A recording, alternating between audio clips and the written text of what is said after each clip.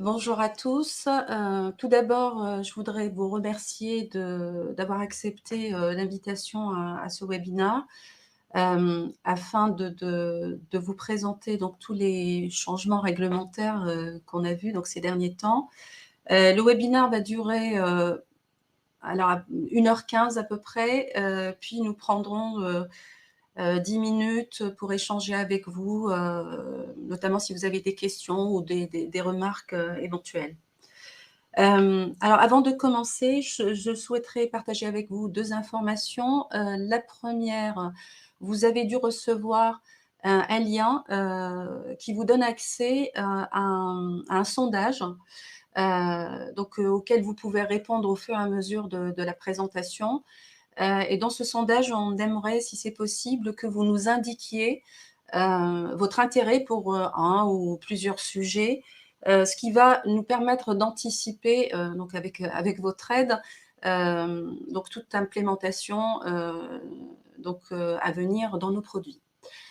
La deuxième chose, vous avez à votre disposition un chat, donc dans lequel vous pouvez poser vos questions et donc auxquelles, nous allons répondre, ou même vos commentaires si vous voulez, compléter mon intervention.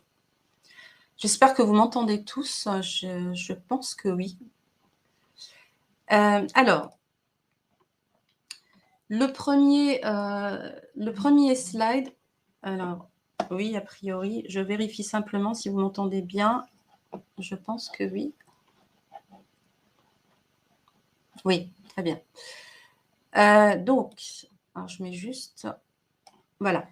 Donc ce premier slide, que vous avez dû, pour certains, hein, probablement déjà vu, dans le cadre du NeoXam Tour de Paris, en octobre. Donc le but de ce slide, en fait, je vous le présente parce que j'aimerais, vous rappeler à quel point, les réglementations aujourd'hui s'articulent, les unes avec les autres. D'abord parce que les textes réglementaires, il y en a pléthore et parce qu'en plus régulièrement les régulateurs, européens, apportent des changements, de mêmes textes par des règlements différents et donc il faut donc dans ce cercle de nœuds trouver, quels sont les changements et quel contexte, et dans quel contexte ça intervient. Comme ici, là, par exemple, vous avez 3 paquets réglementaires qui ont été publiés en mai 2023 et qui sont venus changer, des textes qui étaient déjà en cours de changement, donc en cours de modification dans le cadre d'autres textes réglementaires. Voilà, ça c'était juste un rappel. Comment va se dérouler ce webinaire? Donc là, sur ce slide, vous avez la liste, des textes réglementaires que j'aimerais partager avec vous. Ces textes-là, je vais commencer par les apps. Juste une chose importante, sur la suite et la forme de la présentation, vous allez voir que les, slides sont extrêmement, chargés d'informations. Alors chargés, hein, riches d'informations, donc il y a énormément de texte, autrement dit. C'est voulu, hein, c'est voulu. L'idée, c'est qu'on puisse partager avec vous, cette présentation, après, ce support après la présentation. Donc, pour ma part, donc ce que je vais faire, c'est que je vais, heu, uniquement, m'arrêter sur les éléments clés. Donc je ne vais pas, commenter tout le texte que vous verrez dans les slides, mais rester sur vraiment les éléments clés, associés à chaque thème. Donc ne vous inquiétez pas si vous voyez que je passe assez vite sur des slides qui sont riches. Je vous donnerai l'essentiel et vous aurez donc les supports par la suite. Comme on commence par, les apps. Alors les apps, c'est quoi? Les apps est une hop, voilà. C'est une base de données, financière, unique européenne. L'objectif, pour les régulateurs européens étant de faciliter l'accès aux données réglementaires, à tous les intervenants du marché et au public.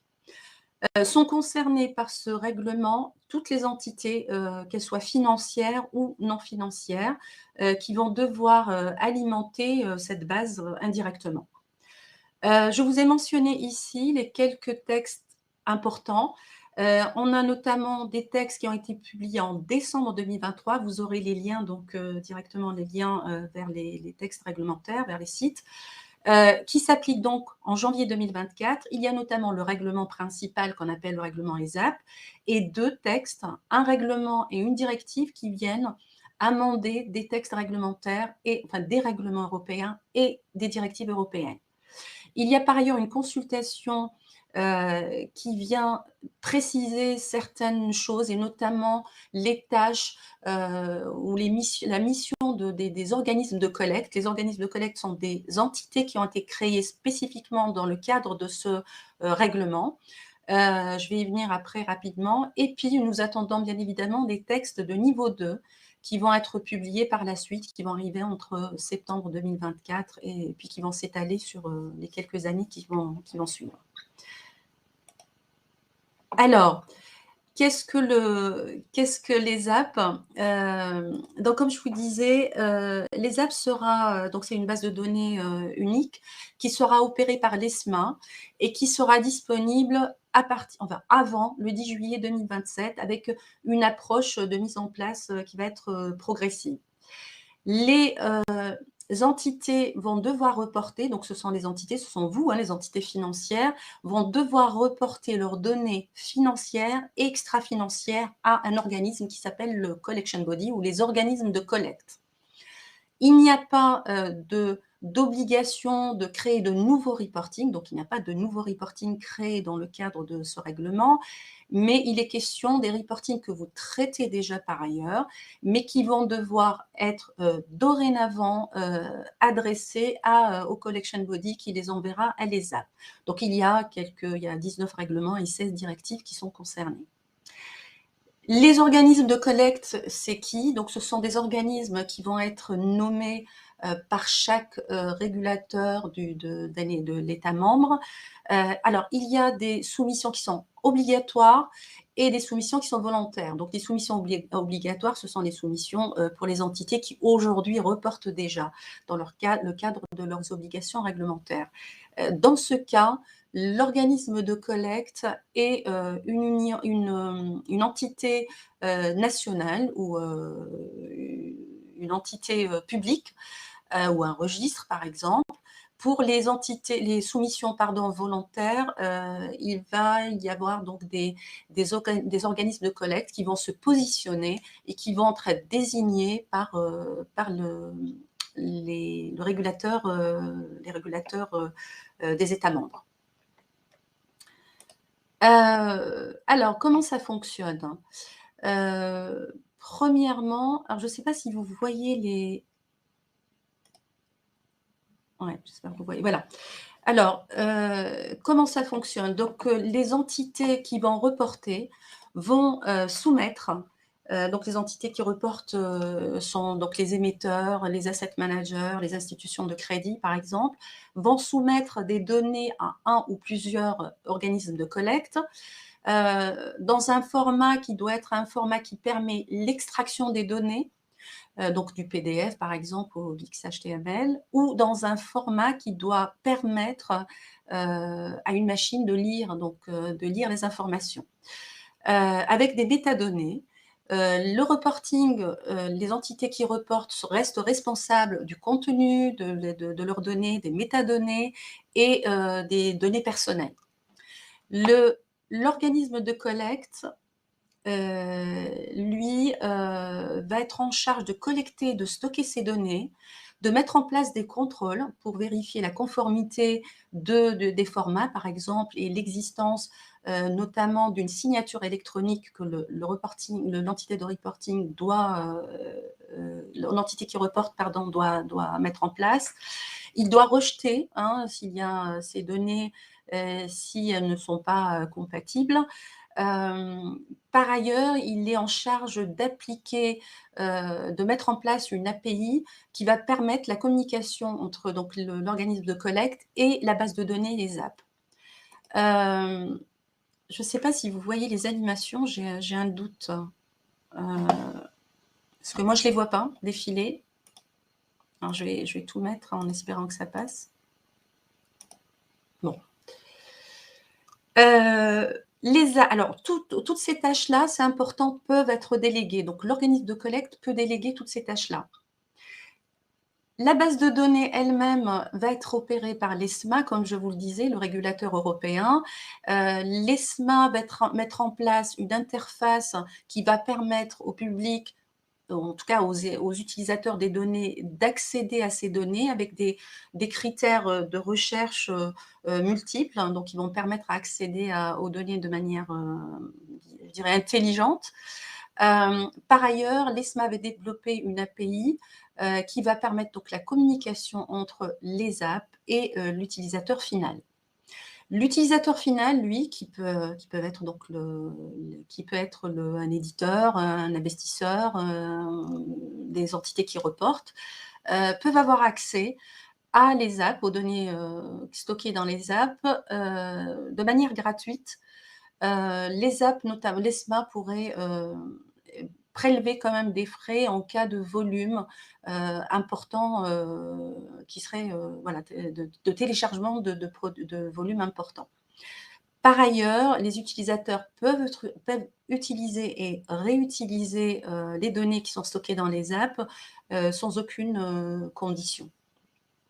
Il va y avoir donc des RTS et des textes qui vont être publiés, donc comme je vous le disais, et qui vont préciser donc notamment la partie technique de ces reportings.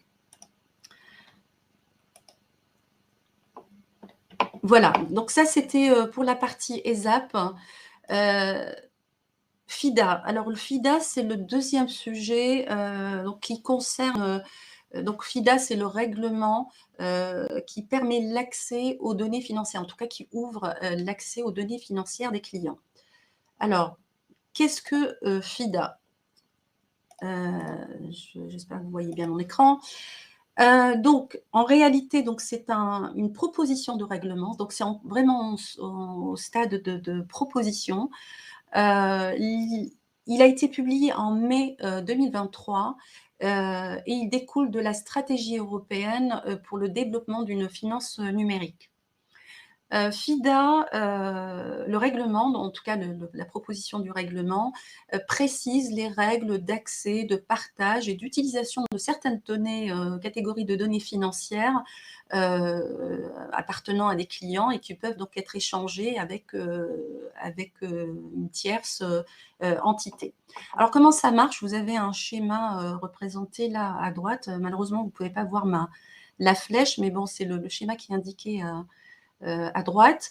Donc, selon cette proposition, le client, qui peut être une personne physique ou morale, donc ça peut être un assureur par exemple, peut donner accès, ou en tout cas peut consentir à ouvrir ces données qui sont détenues par ce qu'on appelle un data holder, donc par exemple par un établissement financier. Donc, il peut consentir à donner à fournir, ou en tout cas à ouvrir ces données à une entité tierce qu'on appelle le data user. Voilà, et donc ce partage-là se fait via un processus que le Parlement, la proposition de règlement appelle schéma de partage de données financières, au sein duquel les data users et les data holders se mettent d'accord sur les formats et les normes donc, de partage de données, notamment d'interfaces, par exemple, qui sont reconnues notamment par l'industrie. Alors, qui sont les data holders et qui sont les data users? Alors, ça peut être les mêmes, hein, les data holders et les data users sont des institutions financières, les assureurs, les réassureurs, les gérants, les sociétés de gestion de fonds de type AIF ou UCITS, des PEP par exemple. Et les actifs qui sont dans le périmètre sont toutes les données financières et notamment, par exemple, les données détenues dans des fonds, par exemple AIF et UCITS ou des fonds mandats, qui sont détenus directement ou indirectement ou au travers de contrats, par exemple de contrats assurance ou d'assurance vie ou dans le cadre de plans épargne retraite. Voilà, je voudrais donc d'abord, rappeler le calendrier, mais très brièvement. Pour FIDA, comme je vous le disais, c'est une proposition de règlement. À ce stade, on a juste un texte, on attend enfin un texte, une proposition, mais qui est en cours de discussion. On attend peut-être un règlement final, d'ici fin 2024, peut-être mi-2025, sachant que dans ce contexte d'élection européenne, ce n'est pas tellement évident. En revanche, pour les apps, le calendrier est quand même très précis. Donc il va falloir commencer à produire, donc à à envoyer les données dès 2026 pour nourrir les apps qui sera accessible dès déjà 2027 avec une approche, comme je vous le disais tout à l'heure, par étapes. Alors, c'est intéressant, donc ces 2 thèmes sont intéressants parce que, comme vous pouvez le remarquer, ça permet quand même d'avoir accès, à des données, alors de manière gratuite, hein, notamment avec les apps. Ça permet aussi de réfléchir sur des nouveaux services, hein, que vous pouvez produire, et notamment, par exemple, si vous pouvez vous positionner en tant que délégataire d'organismes de collecte. Donc voilà, donc il y a des opportunités, il y a des obligations bien sûr, mais il y a des opportunités à prendre, pour, dans ces cas de figure. Voilà. Alors, en quelques mots, qu'est-ce que Neoxam peut vous apporter? Là, on reste sur, les apps, c'est plus précis pour FIDA, on verra dans une deuxième étape. Ce que nous savons ici, c'est que nous pensons avoir les capacités d'intervenir à tous les niveaux, c'est-à-dire au niveau de toute la chaîne, heu, c'est-à-dire au niveau des entités qui reportent, puisque nous allons, vous aider donc avec nos offres de reporting à produire les reportings au bon format que vous devez envoyer aux organismes de collecte. Nous pouvons également, si vous voulez être utilisateur de données et aller chercher de l'information, dans les apps, nous pouvons donc développer, des connecteurs. Donc, voilà, donc nous avons, identifié des use cases au niveau des utilisateurs finaux pour, pouvoir, couvrir notamment la partie connecteur. Et enfin, il reste une partie qui concerne l'organisme de collecte. Il est bien évidemment possible pour Neoxam d'offrir, hein, voilà, une gestion de data management et de gestion de contrôle, et cetera, de ces données, si, vous vous positionnez en tant qu'organisme, en tant que délégataire d'organisme de collecte. Donc voilà, donc nous savons déjà que nous pouvons vous aider à avancer sur ce thème-là. Le 3e sujet que j'aimerais partager avec vous, concerne les fonds européens d'investissement de long terme ou les fonds, labellisés qu'on appelle les fonds ELTIF. Alors, qu'est-ce que le fonds ELTIF? Alors un petit rappel, alors les fonds ELTIF, ont été en fait à l'origine lancés en 2015, hein, mais ils n'ont pas eu le succès, qui était espéré, de la part du régulateur européen. Ils ont été lancés avec l'objectif de promouvoir, des investissements de long terme, mais, le régime donc comme ça n'a pas fonctionné, le régime, a été revu, heu, pour rendre ces fonds plus attractifs et particulièrement pour, attirer les investisseurs de détail, en comparaison avec le régime, ancien, donc le régime qui a été lancé en 2015. Alors, à ce jour, il existe, beaucoup de textes, hein, mais je vous donne les textes principaux. Le premier, c'est le règlement, qui a été publié en décembre 2023, qui s'applique déjà depuis le janvier 2024 et qui vient, amender donc le règlement, précédent de 2015. Donc c'est le règlement ELTIF 2, hein, que j'appellerai ELTIF 2. Et puis, il y a rapport qui a été publié par l'ESMA en décembre pour des projets de développement de règlements délégués, donc des livres de niveau 2. Et pour l'instant, donc, ce document n'a pas encore été finalisé, en tout cas, la version finale n'a pas été publiée, mais j'ai pris en compte les commentaires, enfin toutes les précisions qui sont apportées dans ce document, dans cette présentation, dans ce webinaire. Alors, quelques éléments clés. Là, je vais vous présenter 3 ou 4 slides parce que les choses sont quand même assez précises et que l'ELTIF régime 2 est déjà d'application.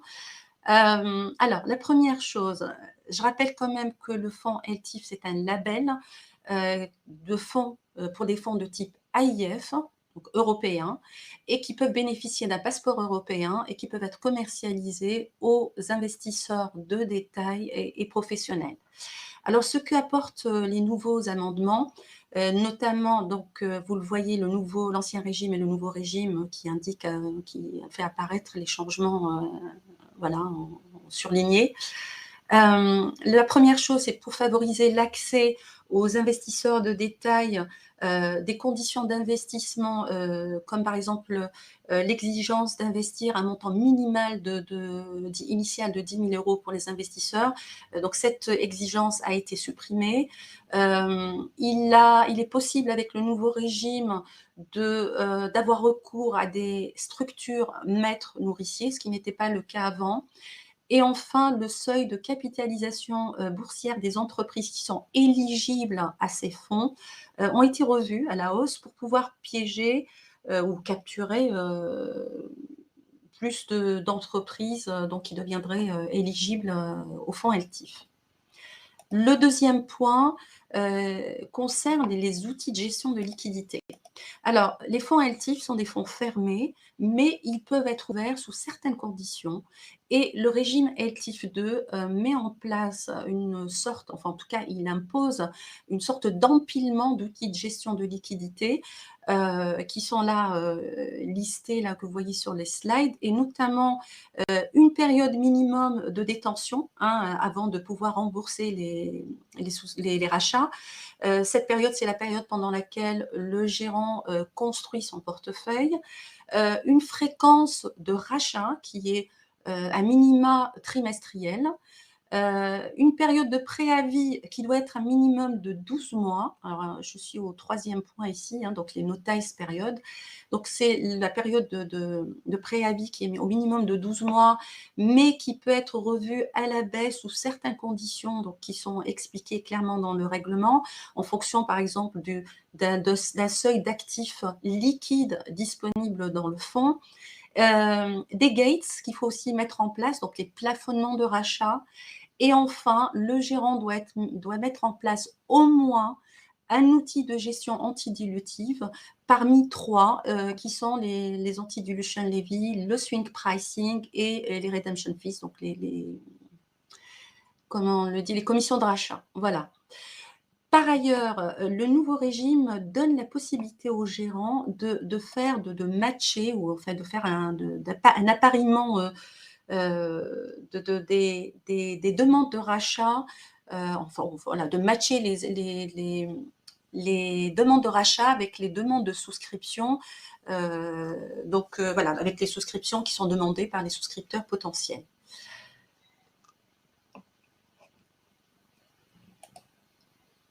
La troisième partie concerne les règles de compliance. Alors, je ne vais pas passer sur tous les seuils, je vous rassure, simplement pour dire que les seuils ont été revus, les règles ont été allégées de telle sorte à ce qu'il soit plus facile pour les fonds d'investir et donc d'être beaucoup plus, il y aura plus de souplesse dans la gestion de ces fonds-là. Il y a eu par ailleurs une possibilité d'investir dans plus d'actifs éligibles, notamment par exemple les parts de fonds de type OPCVM ou dans de la titrisation européenne, ce qu'on appelle les STS. Voilà, donc toutes ces règles-là ont été revues pour encourager ces fonds-là à se mettre en place. Enfin, une troisième partie concerne la transparence et notamment celle des frais.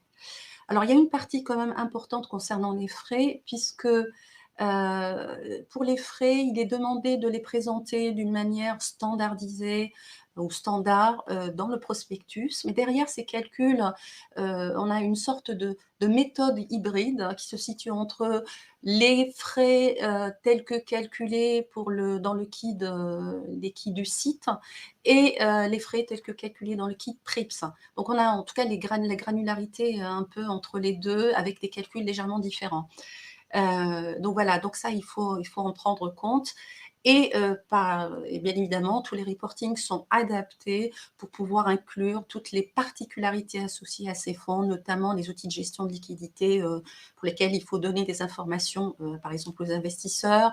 Voilà et puis, sur les frais aussi et il ne faut pas aussi oublier que ces fonds sont des fonds, AIF et qu'ils sont, pour cette raison sujets aux reportings qui sont exigés par la directive AIFM et notamment les reportings AIFMD par exemple, ou tout autre reporting demandé par les réglementations européennes, par exemple les reportings de durabilité.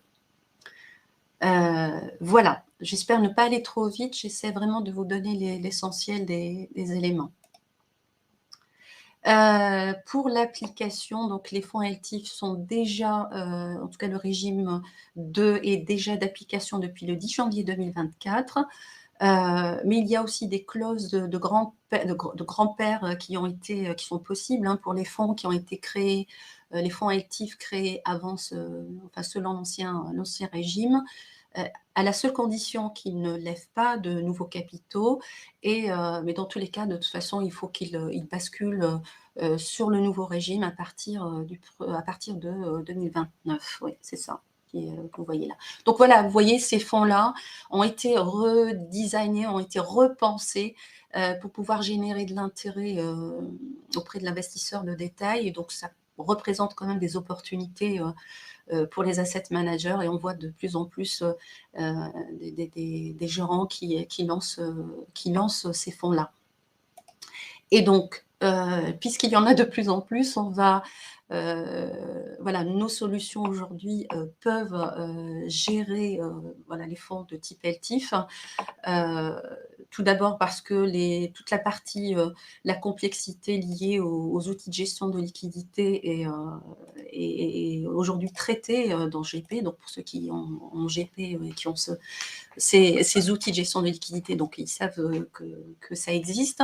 Donc on couvre déjà ça dans GP, mais nous couvrons également, les règles de compliance et pour la partie reporting, bien évidemment, on va pouvoir, intégrer donc toutes les données nécessaires, pour mettre à profit donc tous les calculs des coûts et puis, leur restitution dans les rapports, annuels ou tous les autres reportings, voilà, qui demandent plus de précision et en tout cas plus de données. Voilà, je passe à la finance durable. Alors, je vais donner un peu plus d'informations. Je suis désolée, mais c'est en fonction des thèmes, donc il y a des sujets qui sont un peu plus étoffés que d'autres, voilà, parce que certains sont en cours de discussion, d'autres, sont déjà bien, voilà, plus ou moins alors pas stabilisés, mais en tout cas bien posés, et notamment celui de la finance durable. Donc qui mobilise et qui mobilisera encore, sans doute, pour longtemps tous les acteurs, qu'ils soient financiers ou non financiers. Donc vous êtes tous concernés, hein, sans exception. Alors, le but pour l'Europe c'est donc de promouvoir, une économie plus verte et de lutter contre le greenwashing, donc l'éco-blanchiment. Il y a beaucoup de textes réglementaires, mais comme j'ai fait pour les autres slides, je vous ai mis l'essentiel pour la partie réglementaire. Donc on a, je dirais, 3 textes principaux. Là, à gauche, vous avez le texte de la transparence qui est demandé aux investisseurs, pardon, pas aux investisseurs, mais aux entités financières. Donc SFDR s'applique aux entités financières. avec un règlement, avec des RTS associés. La directive CSRD que vous voyez à droite, c'est une directive qui concerne la transparence qui est demandée à toutes les entités non financières, donc les entreprises, hein, voilà, plus particulièrement, donc c'est essentiellement les entreprises donc non financières. Le règlement taxonomie qui, lui, définit ce qu'est une taxonomie, une activité durable. Et enfin, il y a énormément de textes à l'échelle européenne ou nationale, notamment sur les labels, etc. Donc, je n'en parlerai pas, mais juste rapidement sur un guide qui a été publié par l'ESMA, donc côté Europe. Alors, donc, je ne vais pas, je ne sais pas l'heure qu'il est. Est-ce que je suis dans les temps? Oui. Donc, je ne reviendrai pas sur les obligations de SFDR, hein, ce serait trop long. Je reste uniquement sur les changements qui sont en cours de discussion. Et notamment, le premier concerne la révision, en tout cas côté de la part de la Commission européenne, et les discussions en cours, notamment sur la révision de la catégorisation des produits. Alors juste pour rappel, SFDR aujourd'hui définit 3 types de produits. Le produit article 8, ce sont les produits qui promeuvent des critères ES ou une combinaison de ces critères sans pour autant suivre comment dire, un objectif durable. Les produits article 9, ce sont les produits qui suivent hein, donc un objectif durable. Et enfin, les articles, tous les restes, hein, tous les produits qu'on appelle produits article 6, qui sont tous les produits donc, qui ne sont ni dans la promotion des critères ESG, ni dans la poursuite d'un objectif de durabilité. Alors, la Commission européenne donc revoit en tout cas discute de revoir cette catégorisation qui a été quand même très compliquée à mettre en place, comme vous le savez. Catégoriser les produits n'a pas été une affaire facile pour tout le monde. Donc aujourd'hui, il y a 2 approches qui sont en cours de réflexion. La première approche revoit complètement, donc part du principe qu'il n'y aura plus de catégorie article 8 et article 9. Et pour cette catégorisation, on se baserait plutôt sur le type d'investissement, de la stratégie, pardon, le type de stratégie d'investissement de durabilité. Donc, avec 4 thèmes principaux, par exemple les produits qui suivent une exclusion une stratégie d'exclusion, un produit qui est donc plutôt dans la transition, etc. La deuxième approche serait plus sur maintenir donc ces catégories, mais avec une distinction à bien développer, en précisant ou en clarifiant certains concepts aujourd'hui qui sont apportés par SFDR, qui ne sont pas tout à fait clairs, par exemple le critère de NSH, et en ajoutant aussi des critères nouveaux, voilà, notamment par exemple le minimum de pourcentage d'investissement aligné sur la taxonomie, etc. Donc voilà, il y a une réflexion autour de ça.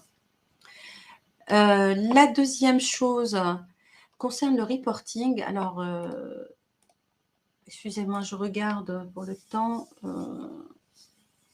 On a commencé à -25. OK. La deuxième chose concerne les reportings. Donc les reportings, notamment SFDR, sont en cours de discussion, donc en cours pour être revus. Donc les modèles seraient revus. Avant de vous dire exactement ce qui va être revu, je voulais simplement faire un rappel sur comment fonctionne le reporting réglementaire en lien avec la durabilité, avec les questions de durabilité. Ce n'est pas simple, tout s'articule, enfin il y a énormément de textes. Donc avec ce schéma, j'essaie de vous présenter plus ou moins comment ça fonctionne. Alors, première chose, vous avez en haut les entités non financières, donc les entreprises en fait. Les entreprises non financières, donc celles-ci ont l'obligation de produire 2 types de reporting qui vont finir dans les reporting de gestion. Donc ce que vous voyez au milieu en orangé là, c'est les reporting de gestion. Donc ça arrive de 2 règlements, enfin 2 textes réglementaires. D'une part, la directive CSRD, qui est à gauche, impose des standards qu'on appelle les standards ESRS qui ont été développés par l'EFRAG. Et puis, à droite, vous avez le règlement taxonomie qui, au travers de son article 8, impose également de publier des chiffres, des KPI, 3, le turnover, donc le chiffre d'affaires, les dépenses d'investissement et les dépenses d'exploitation alignées sur la taxonomie, donc sur des environnements, sur les objectifs environnementaux. Donc ça finit dans les rapports de gestion et ça va finir également dans les apps. Donc toutes ces données vont finir aussi dans la base de données européenne. En bas, vous voyez les entités financières, donc vous êtes soumis au règlement SFDR, vous avez besoin des données qui sont publiées par les entreprises non financières dans le cadre de SRS et dans le cadre du règlement taxonomie. Ces données-là vont être récupérées un jour de l'ESAP directement et aujourd'hui, ils sont récupérés directement de la part des fournisseurs de données. Et ces données-là vont être utilisées donc, par vous pour produire ce que vous voyez en bas, donc les reporting SFDR bien standardisés dans les annuels, à ajouter dans les rapports annuels et aussi dans les documents précontractuels et aussi sur les sites, le site du produit et du producteur. Voilà, ça c'était simplement pour résumer le contexte. Et donc ce qui va changer, c'est notamment la partie SFDR et donc ces templates qui sont en train d'être rediscutés. Simplement, donc je vais aller assez rapidement. Ce qui va changer, les PAI, les indicateurs de PAI sont revus. Donc les données, on a ajouté des données, par exemple, des indicateurs sociaux. On a regroupé certains indicateurs. Les templates, le modèle lui-même, donc ça c'est la deuxième partie, vont être également revus. Il a été ajouté une partie, par exemple, liée aux produits qui ciblent une réduction de gaz à effet de serre avec des informations, avec des graphes. Par ailleurs, ces formats-là, comme je vous le disais, vont devoir être publiés avec un format particulier pour finir dans les apps, voilà, dans le cadre du projet ESAP. Et enfin, il a été donné des précisions qui étaient bienvenues concernant le traitement des dérivés. Comment traiter les dérivés pour traiter donc les indicateurs PAI. Donc comment on traite les dérivés dans ce cas. Et donc il y a eu une précision sur la manière dont il faut les traiter. Donc ça sera en équivalent sous-jacent, un peu comme dans le calcul des expositions des reporting IFM, par exemple, ou UCIT. Pardon, les expositions tout court, mais pas reporting, le calcul d'exposition. Voilà. Les ESRS, ça c'est les ESRS, ce sont les reportings qui doivent être produits donc par les entreprises non financières. C'est intéressant pour vous parce que ce sont des données que vous allez utiliser. Ça va être très standardisé, donc on va pouvoir y accéder de manière beaucoup plus, je dirais, ciblées.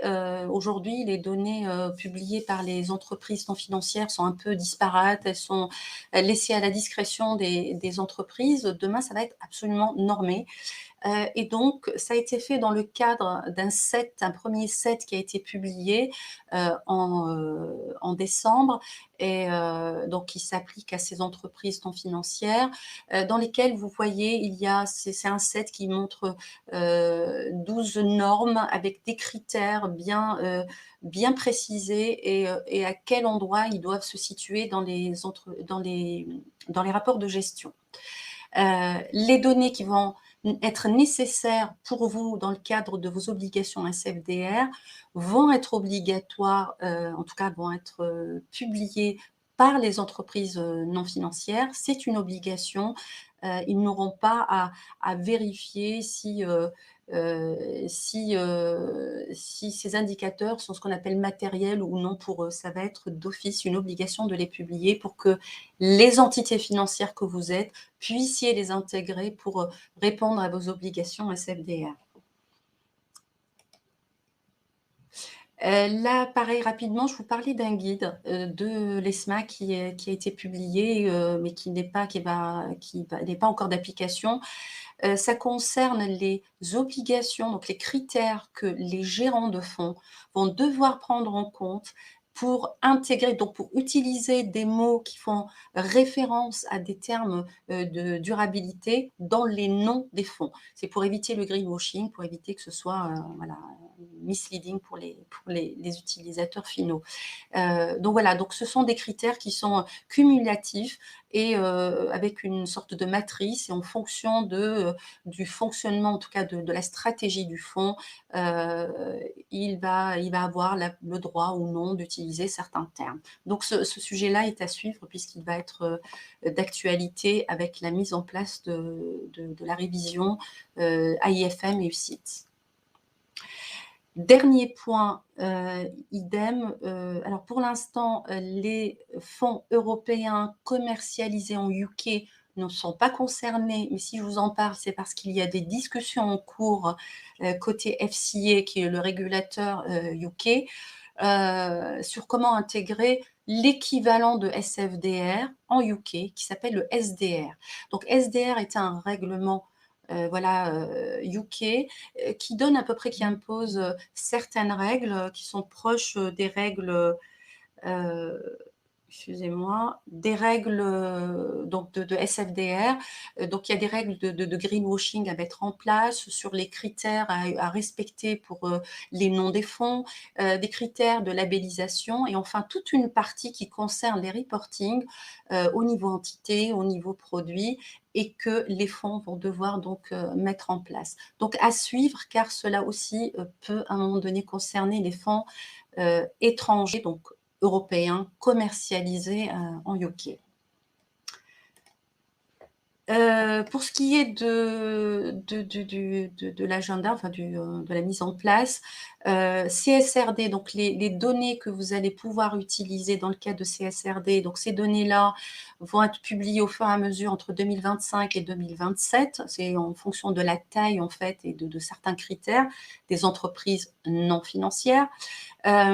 Pour SFDR, je vais aller directement donc droit au but. Le SFDR, donc le fameux RTS, qui viennent changer, les templates, donc les modèles, des rapports SFDR. Donc c'est en cours de discussion et peut-être avec une application à fin 2024, donc c'est à suivre de près. Et enfin, les guides dont je vous ai parlé de l'ESMA, seraient donc, publiés avec, ou d'application avec l'application des révisions des directives AIFM et UCITS, que je vais,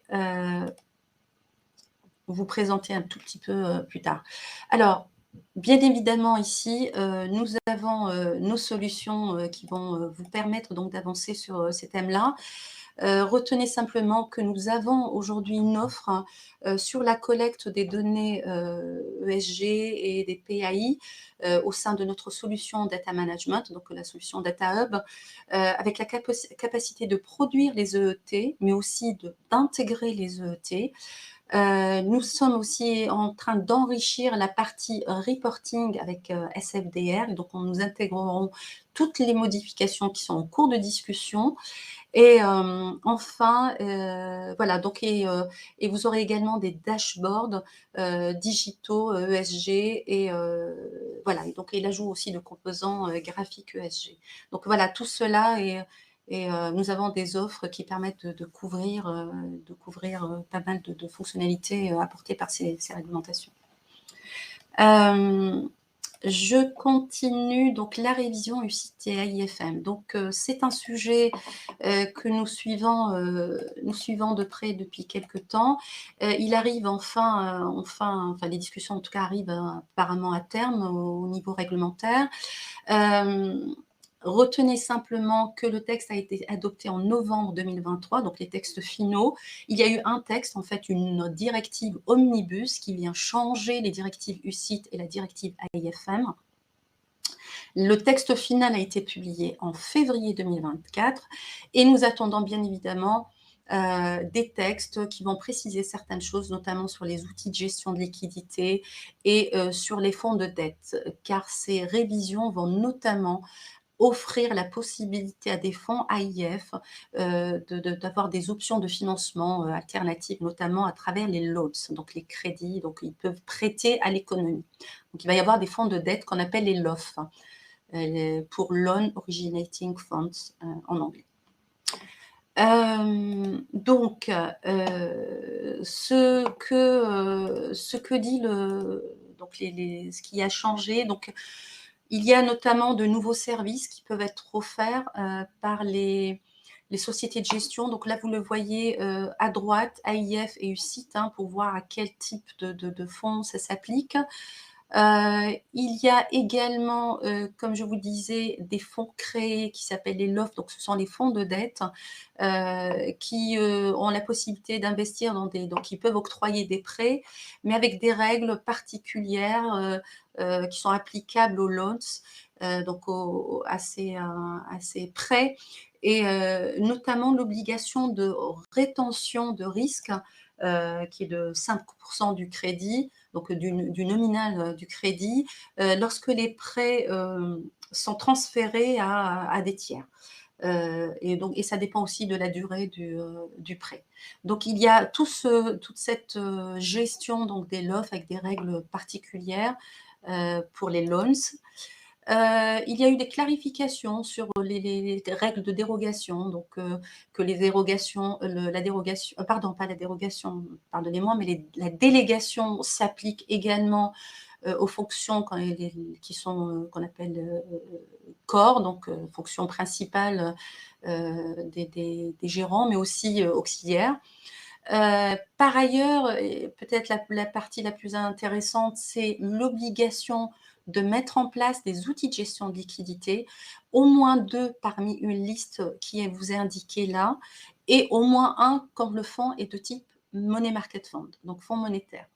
Donc, aujourd'hui, c'est à la discrétion du gérant. Demain, il va y avoir une obligation de mettre en place, ces outils de gestion, et avec certaines conditions qui vont également être plus ou moins précisées dans des règlements délégués qui vont être publiés, prochainement.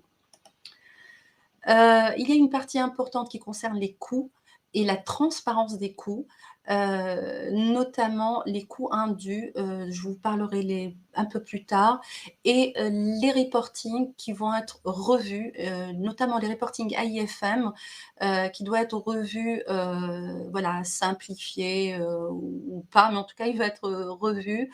Je vous ai plus ou moins résumé ici ce qui va changer, mais notez que les reportings AIFM aujourd'hui vont changer, et il est question de réfléchir sur de nouveaux reportings qui seraient proches des reportings AIFM et qu'on appliquerait, au fonds UCITS, hein, de type UCITS. Donc il y aurait de nouveaux reportings réglementaires appliqués au fonds UCITS. Voilà, donc comme je vous le disais, le texte finaux ont été adoptés. Nous attendons une application, en tout cas une publication peut-être officielle dans le journal officiel, européen, courant avril 2024. Puis, les pays membres ont 2 ans pour, transposer la directive. Voilà, excusez-moi.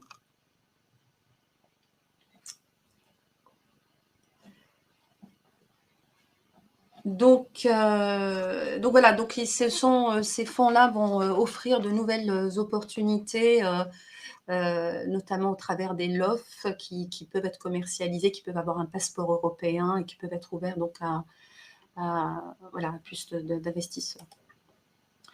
Dans nos produits, vous savez, nous savons déjà, gérer, des fonds de type AIF et de type, UCITS, heureusement.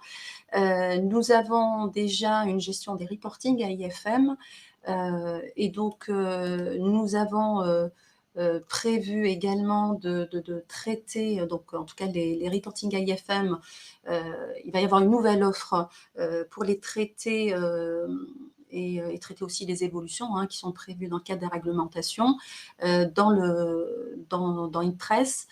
Et voilà, donc il y a, et notamment, par exemple, on va étendre la couverture à des fonds qui ne sont pas, des fonds qui sont dans le système GP, donc qui viendraient d'un autre système que GP, et cette offre sera également, disponible en SaaS. Alors, l'ARIS. L'ARIS est un paquet, réglementaire, donc je vais essayer aussi de vous donner l'essentiel des éléments, apportés par l'ARIS. Donc voilà. Donc l'ARIS, elle vise à placer les intérêts des investisseurs de détail, au centre de l'investissement de détail, et aussi à aligner les provisions, donc les obligations réglementaires aujourd'hui, les aligner entre les sociétés de gestion, les entreprises d'investissement, les distributeurs, les assureurs, etc. Donc ça change, elle vient modifier, donc il y a une directive omnibus qui vient toucher toutes les directives et tous les textes, que ce soit des textes MIF ou IDD pour les assureurs, ou UCITS-IFM directives. Et donc, qu'est-ce que ça dit? Donc là, je vous ai mis à droite les textes qui sont impactés. Donc ça concerne finalement tous les acteurs financiers. Je vais peut-être passer sur la catégorisation des fonds. Alors, c'est la catégorisation, pardon, des clients. Donc, qu'est-ce qu'un client professionnel? Donc, voilà, des critères ont été revus. Sur les inducements, ce sont les incitations, donc les payés à un tiers ou reçus d'un tiers autre que le client. Donc, vous savez, ils sont de plus en plus interdits et contrôlés. Donc, il y a toute une partie, au début, le règlement d'origine, la directive, en tout cas proposition, avait prévu d'interdire les inducements dans le cas des RTO, donc la réception et la transmission d'ordres. Donc ça a été finalement supprimé dans la dernière proposition. On a aligné les règles aujourd'hui sur qu'est-ce qu'un service indépendant et un service non indépendant. Vous savez, ce sont des services de conseil qui sont de deux types, et en fonction du type, on a le droit de recevoir des inducements, donc des incitations ou non. Donc ça a été aligné entre MiFID et les IDD. Par ailleurs, il y a une partie qui est importante qui concerne les coûts et les frais, et donc ça représente une partie très importante. Je voudrais vous en parler rapidement. Donc il y a deux notions. Donc on reste sur les coûts indus notamment, et la value for money. Alors les coûts indus, c'est quoi? Les producteurs et les distributeurs vont devoir développer et régulièrement vérifier qu'ils ont mis en place un processus de pricing clair qui permet de démontrer qu'ils ne sont pas en train de léser l'investisseur final. C'est-à-dire que il ne lui prélève pas de frais indus. Donc il y a cette partie-là qui est importante. Et s'il y a eu des frais indus qui ont été prélevés, l'investisseur doit être compensé. Donc le gérant, le producteur doit rembourser les investisseurs. Ça, c'est la première chose. La deuxième chose, il y a un pan qui concerne la value for money. La value for money, c'est le rapport qualité-prix. Alors, ça concerne les assureurs et ça concerne les producteurs aussi de type société de gestion, donc les gérants, donc pour leurs produits, donc pour leurs fonds. Ils doivent s'assurer qu'ils délivrent bien un bon rapport qualité-prix, donc une VFM, à l'investisseur final. S'ils ne le font pas, il faut qu'ils arrêtent de commercialiser ces produits, et il faut qu'ils arrêtent de les référencer dans le cas où ils sont, vous savez, sous-jacents à par exemple, à des contrats en UC.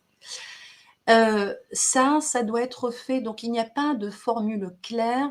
En revanche, alors le régulateur laisse aux producteurs le soin de proposer des méthodes de calculer leur VFM En parallèle, l'ESMA et l'EIOPA, qui sont les régulateurs assurances et autres, de développer des benchmarks, donc ils vont développer des indices, mais qui seraient a priori utilisés simplement pour des raisons de supervision. Donc, a priori, on ne les utiliserait pas pour vérifier que, par exemple, le produit en fond et respecte la BFM. Voilà, à ce stade, en tout cas, ce sont les dernières informations que nous avons. Et puis après, dans la RIS, il y a bien sûr des impacts reporting réglementaires, notamment de nouveaux reporting qui vont être demandés pour que justement les régulateurs ESMA et EIOPA puissent construire leur benchmark pour la VFM. Il y a aussi un amendement des PRIPS qui va arriver, le règlement PRIPS, qui va changer les KID que vous produisez aujourd'hui. Et enfin, donc des informations donc, relatives au coût. Pour le PRIPS, comme je vous le disais, les PRIPS vont changer. Notez simplement que, ce qui va changer, c'est, essentiellement donc la taille aujourd'hui, elle est sur 3 pages, demain ça passera à 4 pages. Il va y avoir, des nouvelles sections, notamment en lien avec les informations de durabilité, les performances scénarios. Les scénarios de performance, il y aura soit des scénarios de performance, soit des performances passées selon le type de PRIP qui va être défini. Et enfin, il va y avoir la possibilité d'offrir un outil KID en ligne qui sera un outil interactif qui va permettre à l'investisseur de personnaliser ses préférences. Et donc ça c'est aussi, ce n'est pas une obligation, mais ça en tout cas, il sera possible de le produire. Donc c'est un nouveau service qui peut être proposé à l'investisseur. Donc comme vous voyez, ce sont des opportunités, nouvelles que vous voyez donc avec la RIS, notamment sur la partie VFM. Donc il y a des obligations, mais aussi il y a des opportunités à prendre. Alors je vais vous en parler rapidement, là, dans le cadre de nos solutions. Donc la première d'abord PRIPS. Comme vous savez, PRIPS est déjà, produit dans nos solutions. Alors notamment, ce que notre solution de reporting, Neoxam Impress, permet de calculer aujourd'hui les coûts, le SRI. Elle permet également de générer, des documents, comme l'EMT, l'EPT, et le KID final, en offrant des fonctionnalités de texte, par exemple dans le multilangue et des fonctionnalités de gestion donc de ces textes. Et il est également possible de suivre les changements de matériel via un tableau de bord dédié. Et donc, nous allons bien évidemment compléter cette offre avec un module spécialisé pour la dissémination des documents. Et également, nous allons donc suivre les évolutions des KID, bien évidemment pour les traiter, ils sont déjà dans la roadmap, et faire évoluer bien sûr, pour avoir la possibilité de couvrir notamment les UK PRIPS, qui sont aussi nécessaires pour les fonds qui sont commercialisés européens, qui sont commercialisés en UK. Pour la VFM, c'est intéressant. Nous pensons quand même que nous pouvons réfléchir avec vous à des solutions. C'est le moment d'y réfléchir. Alors, on sait que nos solutions peuvent vous aider, notamment nous pensons on peut vous aider à démontrer, que vos produits offrent de la, VFM, de la value for money, notamment au travers de nos solutions, de data management, qui peuvent intégrer toutes les données, donc de produits, que vous pouvez comparer à vos produits. Donc les données, par exemple de fonds, référentiels de fonds, de marché, donc des EPT, des KID, des données de frais, de performance. Nous pouvons vous aider en mettant en place avec vous les méthodologies que vous souhaitez mettre en place, pour définir donc les critères, donc les peer group, comment vous voulez comparer vos produits avec les produits du marché, avec des benches par exemple, peut-être externes, s'ils existent. Et enfin, donc mettre en place un processus, donc on exécute un processus d'analyse comparative entre vos produits et les données pour pouvoir attribuer un niveau de VFM à vos produits. Donc tout cela, nous pouvons le faire avec vous, sachant que comme c'est à votre le régulateur vous laisse, gérer, donc traiter selon la méthodologie que vous souhaitez, mais en contrepartie, il souhaite de la transparence. Donc nous pouvons bien évidemment, monitorer, donc vous proposer dans nos solutions un rapport détaillé d'audit et cetera qui va permettre pour vous de justifier de votre méthode, non seulement auprès des comités de gérants, enfin le management committee, mais aussi pour le régulateur. Voilà, donc nous pouvons vous accompagner. N'hésitez pas à nous contacter sur ce point-là. Autre sujet, ça va être vraiment rapide, je finirai là-dessus. Juste pour vous dire qu'il y a quand même d'autres sujets qui sont en cours, nous les suivons de près, notamment EMIR, les cryptos, les changements sur MIF et MIFID, le raccourcissement du règlement du cycle de règlement de T2 à T+1 pour les titres US, dans le marché US. Et puis toutes les statistiques Banque de France, des fonds d'investissement qui vont changer. Très rapidement, vous aurez, comme je vous le disais, ces supports, donc je ne vais pas vraiment tout lire, ça n'a vraiment aucun intérêt. Notez simplement que dans le cas d'EMIR, ce qui est intéressant peut-être à noter, c'est qu'il va y avoir une obligation d'ouvrir des comptes actifs auprès des CCP européens. La volonté de l'Europe ici, c'est de faire, de pousser plus de transactions à compenser sur le marché européen. Vous savez, aujourd'hui, ils sont essentiellement compensés dans des chambres de compensation qui sont situées en Grande-Bretagne. L'idée, c'est de pousser donc un peu plus vers les chambres de compensation européennes. Donc, il va y avoir une obligation en fonction d'un seuil de trade, d'aller vers des chambres de compensation européennes. Il y a par ailleurs une refonte des reportings réglementaires qui sont envoyés au Trade Repository. Le règlement, le raccourcissement du cycle de règlement, donc voilà, donc ça s'applique bientôt. Nous savons qu'il va y avoir des impacts et ça a été pris en compte. MIF, un point important peut-être, il y a 2 reporting aujourd'hui qui existent, qui concernent la best execution, donc on appelle les RTS 27 et 28, vont être supprimés. Et il y a également un point intéressant à souligner, c'est la mise en place de ce qu'on appelle les CTP, c'est-à-dire des bases de données, enfin une entité en tout cas qui collecte et qui reporte en temps réel, les trades pré et post-trade, des prix, des volumes, etc.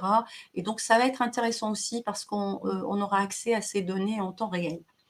Et pour les cryptos, comme vous le savez, il y a des règlements, le règlement MiCA, le règlement DLT, qui aujourd'hui est en train de pousser, à mettre en place, donc donc on sait que le marché, s'intéresse, alors pas beaucoup en ce moment, mais va s'intéresser de plus en plus, dans les investissements, s'intéressera aux investissements, dans les cryptos actifs. Et donc il y a des règlements donc qui viennent préciser, surtout en fait les obligations des émetteurs, en tout cas les fournisseurs et les émetteurs de ces cryptoactifs. Je finis avec 2 sujets, les changements des banques, des statistiques banques nationales, des entreprises, des fonds d'investissement, donc au côté Europe, donc ça concerne tous les pays européens, suite à une demande de l'ECB, donc de la Banque centrale européenne, de nouveaux changements, de nouvelles données aux banques nationales. Et donc suite à ça, nous allons prendre en compte toutes les modifications qui ont été demandées, notamment il y a de nouvelles données, etc., et des ventilations qui vont changer. Voilà, donc ça, c'est à suivre de près, c'est en cours de discussion, la consultation. Une consultation de l'ECB a été publiée pour avis à la profession. Dernier point, le projet OPC2 France qui concerne les statistiques Banque de France. Comme vous savez, il y reste aujourd'hui les statistiques annuelles à mettre en place. Pourquoi ces changements? Parce qu'il y a un nouveau plan comptable, comme vous le savez, qui est sorti en 2023. Suite à ça, les statistiques annuelles Banque de France vont devoir changer. La Banque de France a fait déjà une communication, elle n'a pas encore publié les textes finaux qui ne devraient pas tarder à arriver et donc nous savons qu'il y a des impacts, notamment dans la partie compte de résultats, des impacts XML et dans les contrôles. Donc nous suivons ça de près. Et voilà, donc peut-être rester juste sur le PC2, donc c'est le sujet qui arrive bientôt. Donc nous allons commencer donc les tests, en tout cas la banque, la BDF va ouvrir les tests en juin 2024. Pour le reste, donc Mika, donc les cryptoactifs, donc cette application en mai 2024. Donc, si vous avez un intérêt en particulier sur ces thèmes-là, n'hésitez pas, vous avez un sondage. Ça va nous permettre de prioriser, pour nous c'est important, hein, notamment sur les cryptos, nous avons l'impression que le marché n'est pas encore prêt ou alors, voilà, il y a quelque chose qui fait que nous n'arrivons pas à en discuter clairement avec tout le monde. Si vous pouviez donc nous indiquer votre intérêt voilà, sur ce sujet ou un autre, pour que nous puissions avancer avec vous. Pour finir, c'est vraiment le dernier slide. Pour les comptes annuels, donc les statistiques Banque de France, nous les avons pris en compte, c'est dans le périmètre, ça va être implémenté, donc c'est en cours d'implémentation. Dans notre roadmap, notamment Impress, notez qu'il y a le développement des trades, des reporting au Trade Repository, donc EMIR, SFTR aussi, et bien évidemment les reportings ECB, donc les reportings nationaux qui vont être pris en compte. Et il y a notamment le reporting MMF qui est déjà dans la roadmap. Pour le reste, comme je vous le disais, le règlement, donc le raccourcissement du règlement du cycle de règlement livraison de T2 à T+1 dans le marché US est déjà pris en compte dans nos produits. Et pour les cryptos, nous avons mis en place à la demande de quelques clients, des solutions voilà, plutôt simples pour répondre à un besoin qui était plutôt simple, notamment pour gérer les crypto-devises et pour gérer aussi des dérivés donc de type futur sur devises et sur crypto-monnaie. Si vous avez un intérêt quelconque sur ces sujet-là ou d'autres, n'hésitez pas à nous en parler et à le mentionner dans le sondage. J'espère avoir été dans le temps, je suis désolée, voilà, j'ai essayé de vous donner l'essentiel des éléments. J'espère ne pas vous avoir perdu.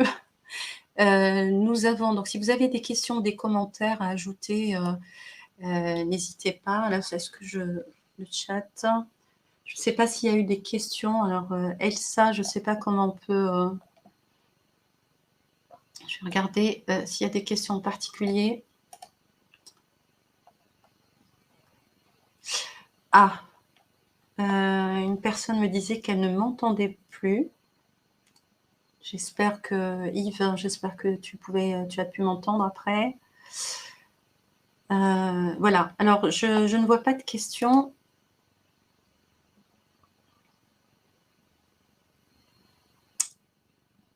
Bon, très bien, on me dit que c'était complet, merci, merci beaucoup. Je ne sais pas, je ne vois pas de questions. Est-ce que vous avez des questions en particulier ou un commentaire à ajouter?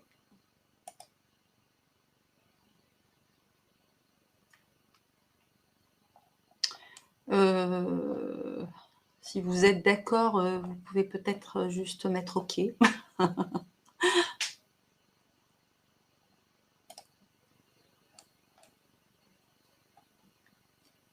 Bon, j'ai des OK. Merci pour la présentation. OK, OK, OK. Très grand merci. Merci Yves. Bon, il n'y a pas de question. Alors, l'idée comme vous l'avez compris, alors vous allez recevoir les supports, hein, et donc n'hésitez pas après si vous avez besoin, qu'on aille un peu plus, dans les détails de chaque sujet, hein, donc nous avons déjà des documents et cetera. Ce qui serait bien vraiment, c'est que vous puissiez répondre au sondage. On aimerait quand même pouvoir prioriser ces thèmes. Il y a notamment, vous avez vu les cryptos, la VFM, les apps, hein, les apps, il y a probablement voilà, des opportunités à prendre de votre côté. N'hésitez pas à y répondre et vous avez là, 2 contacts, donc Elsa, qui peut donc récupérer les mails et donc on peut après voir comment on peut avancer avec vous pour la suite et moi-même, bien évidemment et donc l'idée c'est qu'on continue à échanger sur ces thèmes-là et avancer pour, aller plus loin, avec nos produits et anticiper tout ce qui arrive parce que ça je vous assure que ça arrive. Voilà, merci à vous, merci infiniment à tous. Voilà, je pense qu'on a fini. Très bien, bah, écoutez, merci à tous pour votre présence encore une fois et puis, je vous dis, bah, à une prochaine fois pour un autre forum, pour la suite. Merci infiniment. Au revoir à tous.